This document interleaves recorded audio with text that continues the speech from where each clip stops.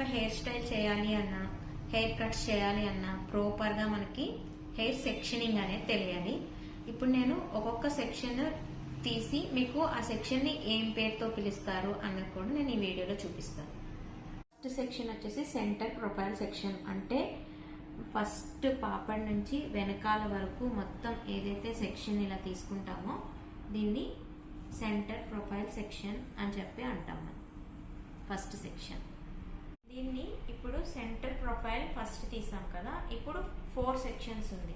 అంటే దీన్ని profile and radial section అని చెప్పి అంటాము. అంటే మంది దీన్ని ఎపెక్స్ పాయింట్ అంటాము. ఈ ఎపెక్స్ పాయింట్ నుంచి ఇయర్ టు ఇయర్ పార్టీషన్ తీసుకుంటే మనకి రేడియల్ ప్రొఫైల్ సెక్షన్ అవుతుంది అనమాట. Profile and radial.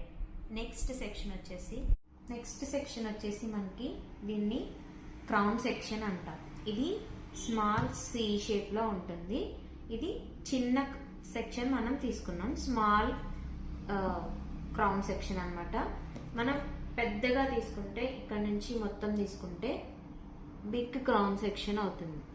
ఇలా మనం ఏ హెయిర్ స్టైల్ చేయాలి అనుకున్నా సెక్షనింగ్ అనేది చాలా ఇంపార్టెంట్. ఇలా మనం ఈ సెక్షన్ ని మనం హెయిర్ స్టైలింగ్ లో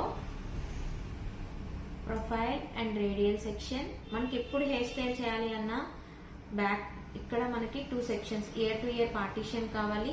ఇక్కడ క్రౌన్ ఏరియా హెయిర్ సపరేట్ గా కావాలి.